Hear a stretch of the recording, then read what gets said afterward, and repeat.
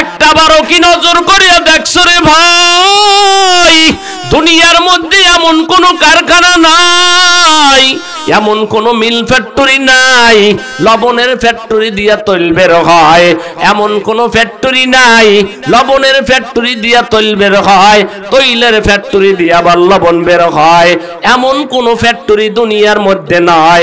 আল্লাহ তাআলা বলেন, ও বান্দা, আমি আল্লাহ তাআলা তোর মায়ের গর্ভ থেকে 10টা সন্তান বানাইলাম, 5টা সন্তানকে আমি আল্লাহ ছেলে বানাইলাম, 5টা সন্তানকে আমি আল্লাহ মেয়ে বানাইলাম।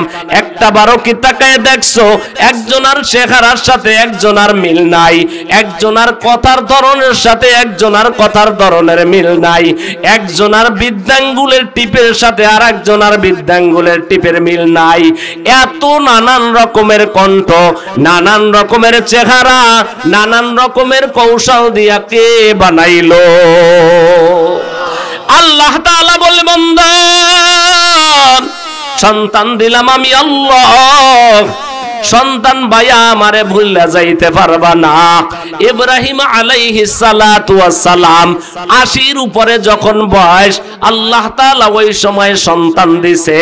বৃদ্ধ বয়সী সন্তান পাইয়া ইব্রাহিম আলাইহিস সালাতু ওয়াস সালাম খুশি, এতই খুশি ইসমাঈল ছাড়া আর কিছুই বোঝে না।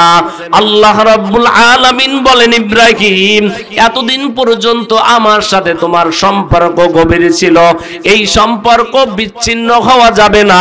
যদিও সন্তান পাওয়ার পরে এখন সন্তানের দিকে তোমার মহাব্বত ঢুকতেছে। আল্লাহ রাব্বুল আলামিন ডাক দিয়া কয়, ইব্রাহিম এখন দেখতেছি সন্তানের সাথে সম্পর্ক করতেছো, না না না, সম্পর্ক সন্তানকে বিচ্ছিন্ন করে দাও, সন্তানকে আলাদা করে দাও, এমনকি পাহাড়িয়া জঙ্গলের মধ্যে রেখে আসো। আল্লাহ তাআলার হুকুম পাইয়া হাজরা এবং ইসমাঈলকে নিয়া আল্লাহর হাবিব খলিলুল্লাহ ইব্রাহিম খলিল রওনা দেয়।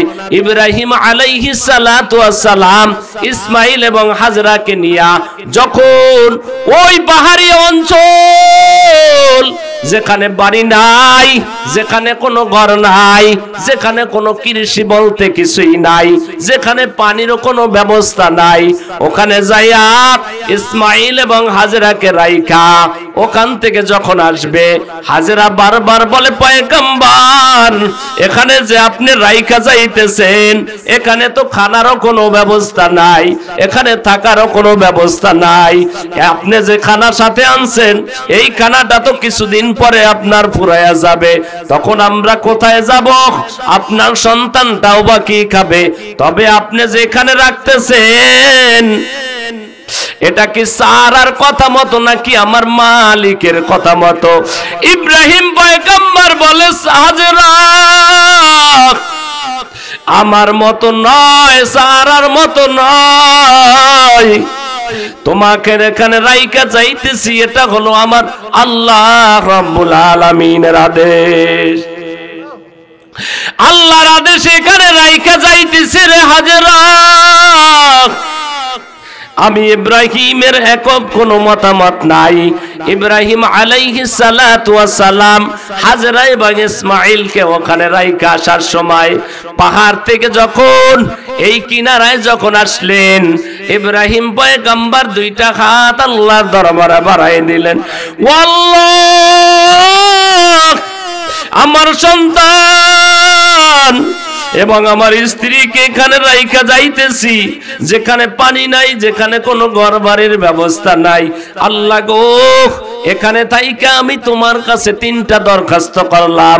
আল্লাহ গো, তাদের খাবারের ব্যবস্থা করবা, আল্লাহ গো এখানে মানুষের ব্যবস্থা করবা, আল্লাহ গো বাড়ি ঘরের ব্যবস্থা করবা।